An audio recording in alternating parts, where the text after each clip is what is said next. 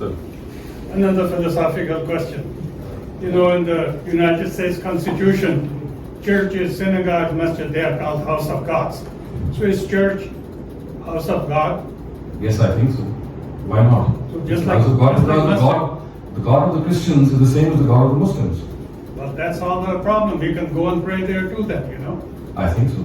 If there's not an issue there, for example, there are not statues of Jesus standing there or maybe sculptures there. Otherwise, if you go and pray there, I don't see a problem there. I've done lectures in some Christian churches. Uh-huh. 99% of them have some form of statue. So I would Okay, say maybe you have a nowadays- room, maybe you have a separate room, because see, all churches are not of the same category.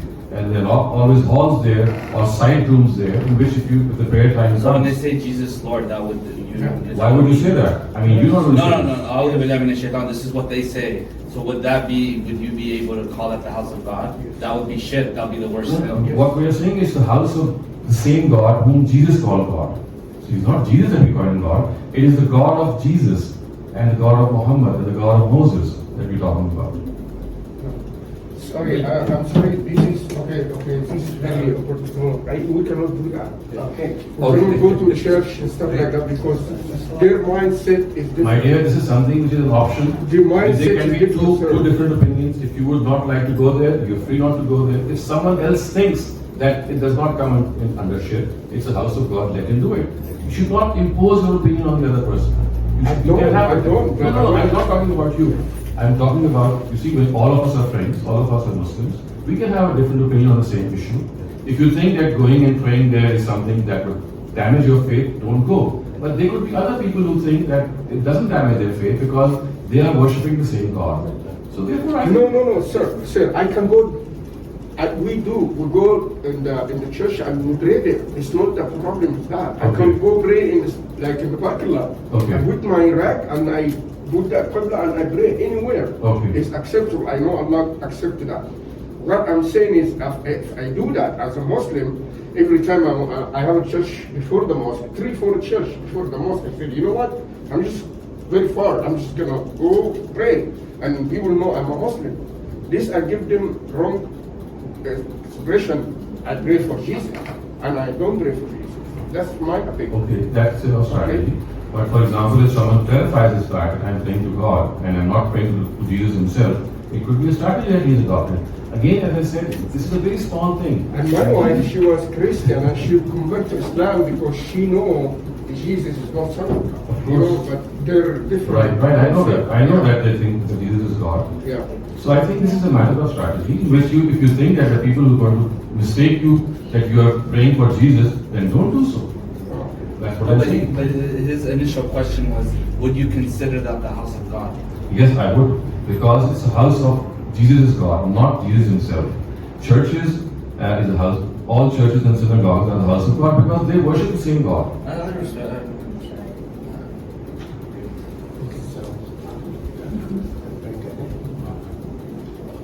Brothers and sisters, we'll inshallah break, and then after Dhuhr we can continue back again. With your Muslim identity, of course, but then there are certain common things which, regardless of faith and regardless of your orientation, you are, as a good parent, required to do. So this is going to be a very short session. I think I'll take about maybe 10 or 15 minutes to give you a basic introduction to the topic and how certain things need to be viewed. And then, of course, the house will be open for your Q&A. So parenting is an art, I would say. It's a skill. It's like a skill that you need to learn, and all of us need to learn, because it's not something which occurs by chance. Today what happens is that normally we experiment with our children, and we learn through this experimentation, and more often than not, we are successful maybe on the third child, if there's a third child. Otherwise we end up maybe being more successful with our grandchildren. Because the first children, or the first child, or the first two children, they are generally, experimented upon while how would we, gauge them and engage them. So I would talk about certain shortcomings and certain errors and omissions that we parents tend to make wherever we are. And the first of them, of course, is not a shortcoming. It's something that is absent in the lives of most parents. And that is that the biggest thing which a parent that he can do for his child is to be able to discover his or her aptitude when he or she is, let's say, about 7 or 8 years of age.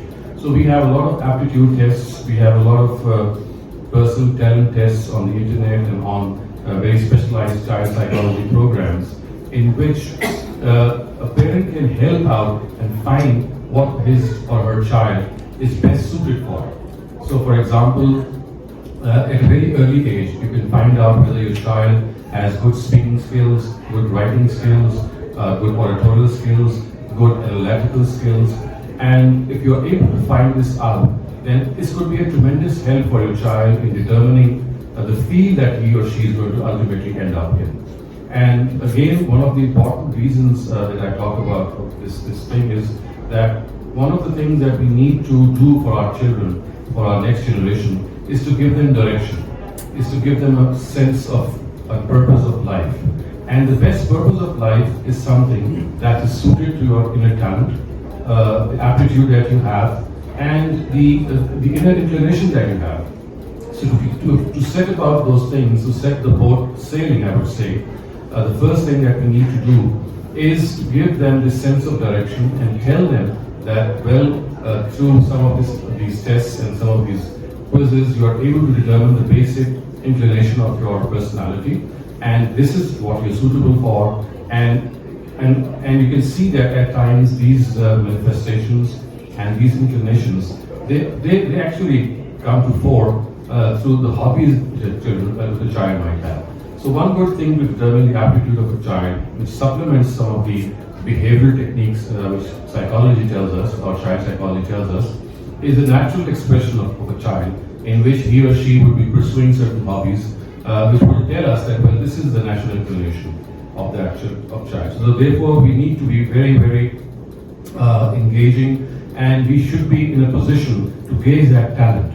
And you could remember that very famously, Einstein's reported to have remarked that genius is 1% inspiration and 99% perspiration, which in fact means that if you are able to discover your talent, the next thing that is required is just to polish that talent. So if you're able to polish that talent, remember the God-gifted part, maybe 1 or 2%. The rest is your own effort.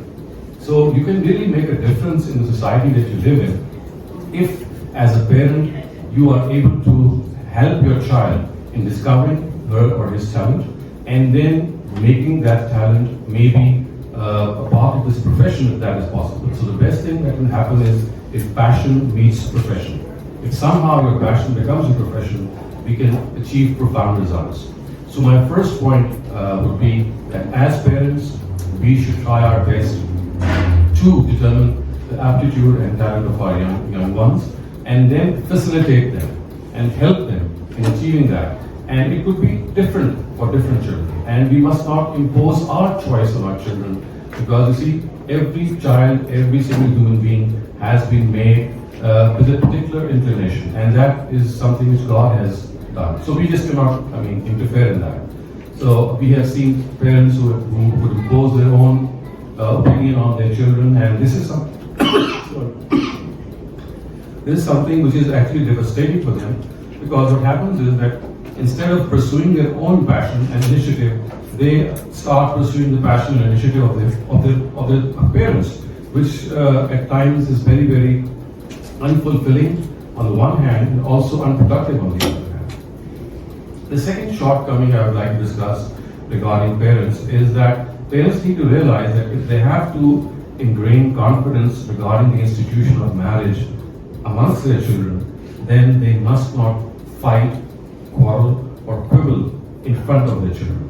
Because you see, there is always a chance, and of course every house has this thing, that there is a difference of opinion between the father and the mother, or the husband and the wife. Yes, that is perfectly all right. But if that difference of opinion is discussed in front of the children, it damages their psyche. It damages their belief in the institution of marriage. So the second advice to parents would be that if they have a difference of opinion, or if they are unfortunately having a struggle in life regarding their marital issues, then as far as possible, this should be behind doors. It should be amongst themselves. It should not come before the children, because if you start fighting in front of the children, it's going to be very, very disastrous.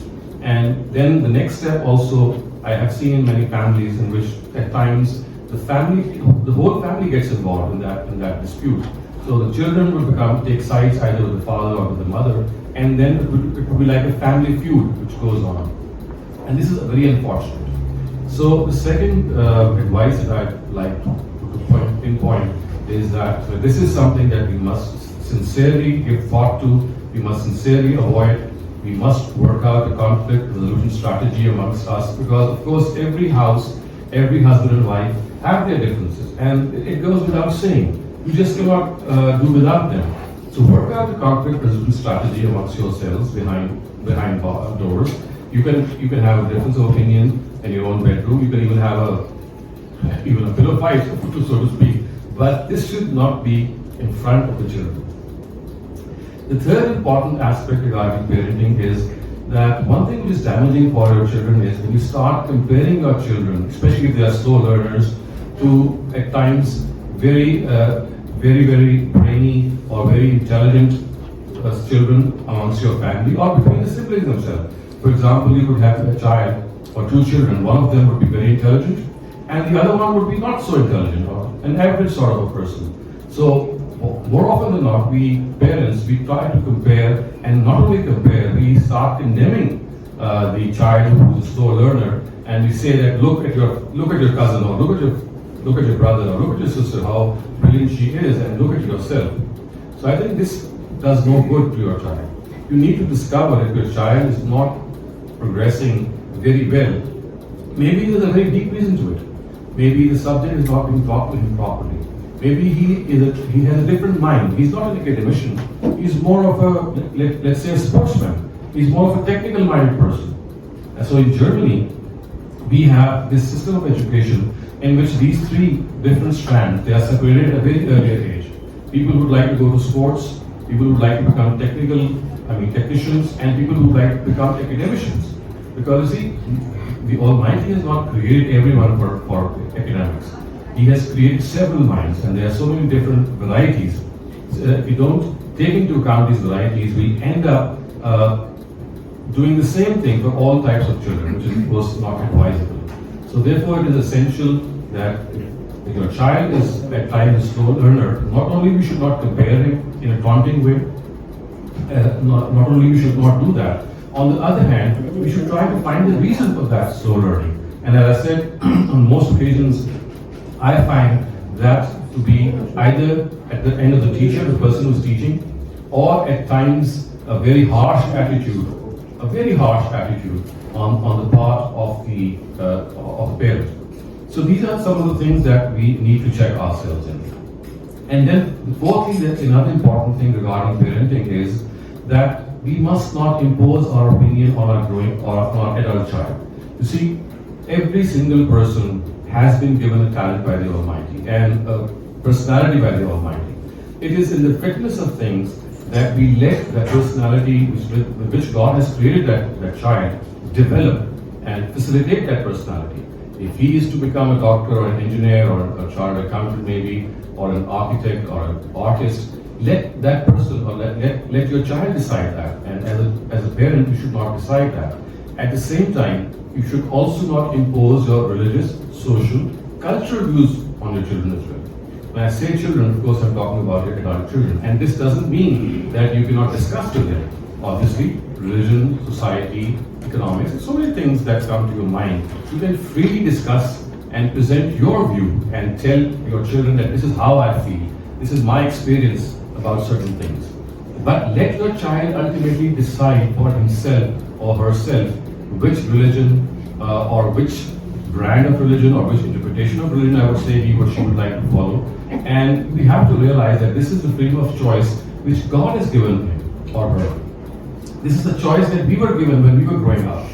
So therefore, it is of utmost importance that we make them realize that this is their choice and we will be facilitating their choice. And then the fourth thing that I'd like to present here, again, which is a big shortcoming on the part of our parents, is that when they would like to teach religion to their children, again, the manner in which religion is taught to them is not by reasoning out why they should pray, for example, or why should they fast, or why they should do certain things which are prohibited, not do certain things which are prohibited, and do something which are allowed. Instead of, for example, telling them the reason, instead of telling them the wisdom behind something, we start imposing them, we start ordering them. Okay, get up and pray. Why are you coming with this face? Why have you not slept at this time? And what is that has kept you awake till late at night? So you see, these types of things are not going to do any good. If at all, they are going to be counterproductive. So I think what needs to be done here is that when you want to teach religion to your child, especially when he's growing up, teach the wisdom behind every single directive you would like him to adopt. Thus, for example, if you want your child to pray, for example, so tell them or tell your child that you see, prayer is an expression of thanking God for all His favors, of remembering Him for all His favors. It is our expression of gratitude to Him. So as soon as he realizes that this is an expression of gratitude for so many favors that He has blessed us with, he would immediately leap or think of leaping at least, because you see, thanking someone is inbuilt in ourselves. When you give something to me, I have an immediate instinct to say thank you to you. Because, and not only thank you, I would try to return the gift with a better gift, because this is how human beings are made. So it's just a question of making them realize, your children realize that just as some of your class fellows, some of your aunts is giving them a gift and you're maybe paying them back with the same gift or giving them a better gift. Similarly, the Almighty has gifted you with numerous things. It's just a question that He is not in front of you.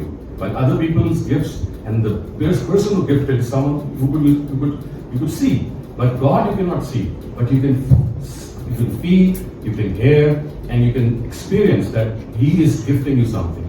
So therefore, our expression of thanking God, or the way that we can thank God, is that in fact we can never thank God enough. But what we can do is, we can show our expression by prostrating, by kneeling before Him, and thanking for His favors. So as soon as you philosophize this whole undertaking, immediately your child understands that why am I being asked to pray?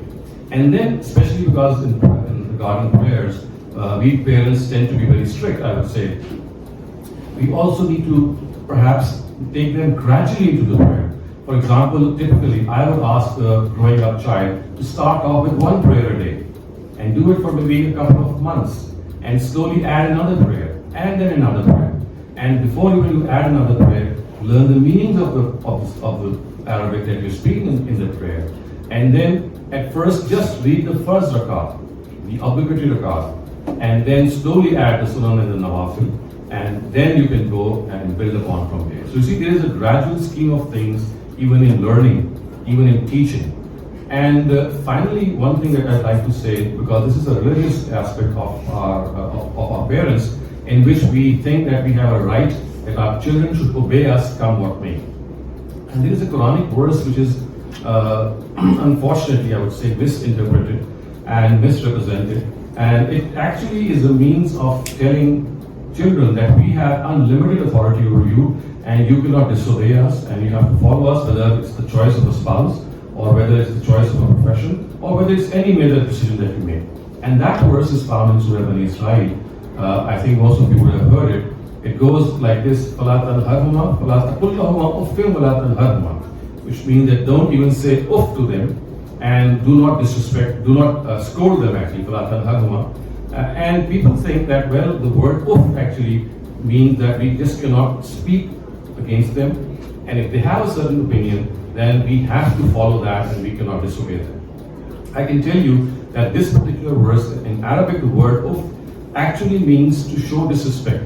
So when the words are فَلَا تَقُلْ لَهُمَا أُفٍّ وَلَا تَنْهَرْهُمَا, they actually mean that do not show disrespect to your parents and do not scold them. And at all other places in the Quran, you will find that what is said regarding parents is something to the effect, وَبِالْ وَالِدَيْنِ إِحْسَانًا, be kind to your parents. So what I'm implying here is that there is not a single verse in the Quran which tells you to obey parents. You might be surprised at this conclusion, but I can tell you out of experience that there is not a single verse, except the verse which I quoted of Surah Bani Israel, which is misinterpreted to mean that you cannot say uff before your parents, which means that you cannot disobey them. So remember, the word uff in Arabic means to show disrespect. You cannot show disrespect to them, you cannot scold them, you have to be respectful to them. At all other instances, I can tell you, at all other instances, the Quran tells us that after obeying God and His Prophet, what you need to do is not obey your parents, but treat them with kindness, treat them with affection, treat them with sympathy. So this is a grave misconception, and because this is a misconception, particularly in the parents of the subcontinent, they think that they can impose their opinion on their children. So therefore, if they stop him or her from entering into marriage with a particular spouse, they say that it is their religious right. And if they ask their child to divorce his wife for certain reasons which are best known to them, they say it is their right. So I know someone very close, one of my friends, he gave his wife a divorce simply because his father had ordered him because of certain reasons, and he could not say no to him. So you see, this is how this thing multiplies, and this unbridled authority, this unchecked authority, which was never given to parents, is unfortunately exercised in a very unchecked way. So summing up, I would say that as parents, we need to reason out with our children, we need to make them understand various directives, we must not impose our opinion, and yes, we must also respect their privacy. So every child has a privacy.